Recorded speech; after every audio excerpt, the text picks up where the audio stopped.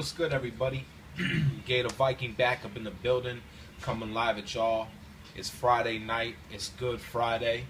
I'm chilling tonight, not doing a heck of a whole lot, so I figured I would sit down and bring y'all a very hot sneaker, in my opinion, and do a quick little review, a little unboxing, and just kind of give you my 2 cents on this sneaker, and how I think Ronnie has really kind of knocked one out of the park, so to speak.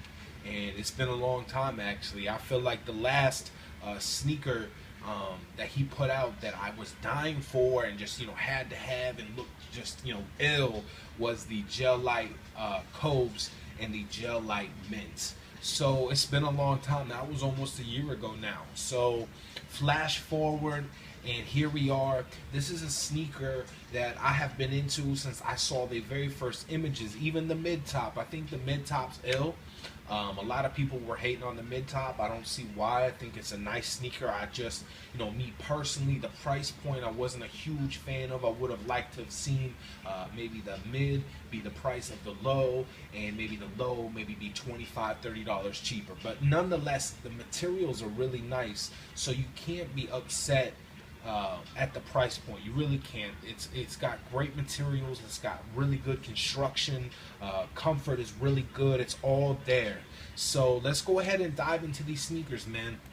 On the lid, on the top of the box, you're greeted with this huge, beautiful, almost looks like it's hand painted Sakura logo. Real cool, man. I really like this. The box quality is nice, y'all. Like, it's super. I mean, I'm not trying to hype beast, but it's a nice quality box. Like, you can feel it thick, you can feel it sturdy.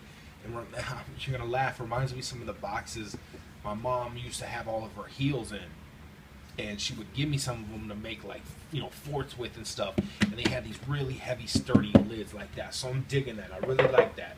So after that, you're greeted with this nice wrapping paper with that same logo plastered all over it. And these are the kind of things you're coming to expect from Kith and Ronnie and his collaborations. The levels of details they go to, they really don't skip a lot. They're similar to concepts in the fact that you might not love the sneaker, you might not love the colorway, but you can't hate on the quality and you can't hate on the details. So you unwrap the sneaker. Now, I've tried these on, but I will bust out the pair that I left with the factory lace. These sneakers, guys, are, in my opinion, some of the dopest sneakers out in 2015. There's not many sneakers that have actually come out in 2015 besides maybe the Boost and the Easy Boost and a couple other ones that had me like must have. These are that must have. They got the Trinomic technology in the bottom here, which is a gel technology. Okay, no air, don't get it confused. This is gel. So the comfort level is just unbelievable. Starting off with the midsole. Now, one thing I'll jump into is everyone's probably love it or hate it feature is this gradient right here. And for me, I love it. I love the hell out of it. I think it's a dope feature. I'm glad that Ronnie didn't put speckles on here. I'm sure there was a sample version with speckles. I'm sure he thought it was too much, took it off. But this gradient right here is awesome. The only thing that I will get kind of technical about is because I have OCD when it comes to my art and my designs and all that. This gradient right here on this pair, the left pair, it should start further this way, or the fade should start further up, because the material right here is solid, right? And if you're going by that, this material would come down and it would still be solid right here, but it's fading. So, but the weird part is the other shoe, the right shoe, it's where it should be. The gradient's further back, and so I'm not sure what happened there. I'm not sure what happened with the production in these, and when they were doing these, if these were done by some sort of machine that made it really hard to make every single one like perfect, and match and whatever. So, that's something that maybe we'll find out one day as the history of these shoes goes forward. But yeah, so you get into the front here, and I see a lot of people joking on the internet about the front of the sneaker. Well, there's obviously the big nasty joke that I think is stupid, and I think that anyone talking about that joke seriously probably doesn't have a lot of fashion sense, probably doesn't have a lot of style, probably might be an immature person, and doesn't really grasp how dope it is. So those people, they can just whatever, they can keep their negativity over there. But me personally, I love the shape of the shoe. It does not look like a banana, and even if it does, whatever. I like the form. I would not have liked the toe to have just been simply round there. I think that would have kind of left something to be desired, honestly. And as a designer, I'm digging it. I'm with it. The toe is beautiful, guys. This is all perforated pig suede, okay? Pig skin suede. It's soft, it's luxurious, it's stitched in there. This is the kind of stuff people need to be spending their money on, man. Y'all buying Jordans that are made out of all these cheap rubbers and these fake leathers, and it's just not right. Now, getting into the laces here. Rose gold lace tips.